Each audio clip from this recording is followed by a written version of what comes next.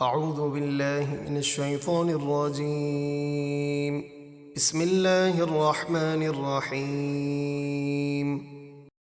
قل انما اعظکم بواحدہ ان تقوموا للہ مثنى وفرادا ثم تتفکروا ما بصاحبکم من جنہ ان هو الا نذیر لکم بین یدی عذاب شدید۔ اے حبیب آپ فرما دیجئے میں تمہیں صرف ایک نصیحت کرتا ہوں کہ تم دو دو ہو کر اور اکیلے اکیلے اللہ کی رضا کے لیے کھڑے ہو جاؤ، پھر میرے متعلق غور و فکر کرو تو تم پر یہ بات بالکل واضح ہو جائے گی کہ تمہارے ان صاحب یعنی نبی کریم علیہ السلام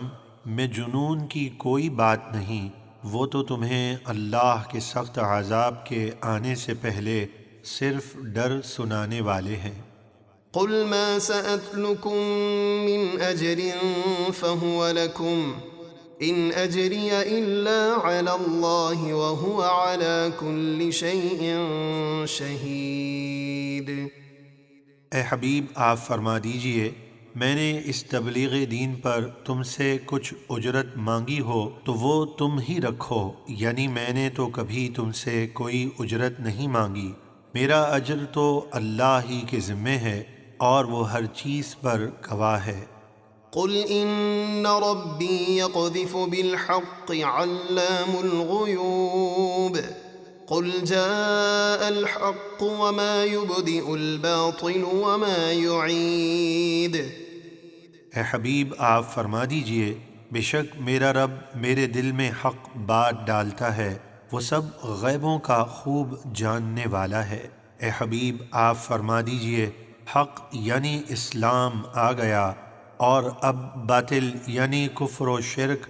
نہ تو اپنا آغاز کر سکتا ہے اور نہ لوٹ کر آ سکتا ہے۔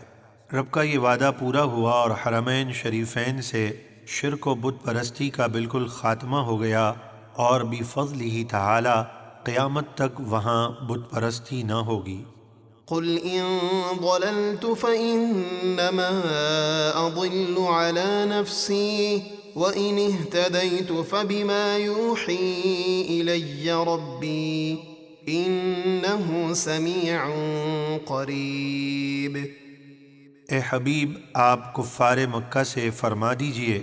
اگر تمہارے فاسد گمان کے مطابق میں بہک جاؤں تو میرے بہکنے کا نقصان میری ہی ذات پر ہوگا،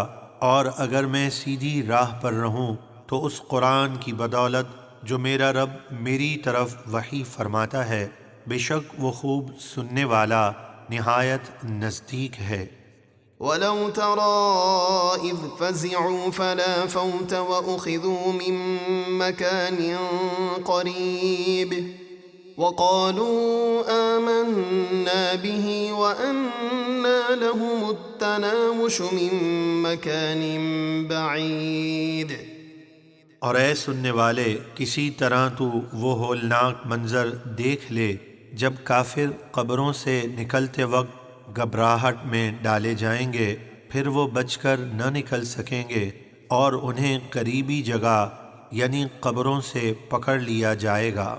اور اس وقت وہ کہیں گے کہ ہم اس نبی پر ایمان لائے، اور اب وہ اتنی دور جگہ سے ایمان کیسے حاصل کر سکیں گے،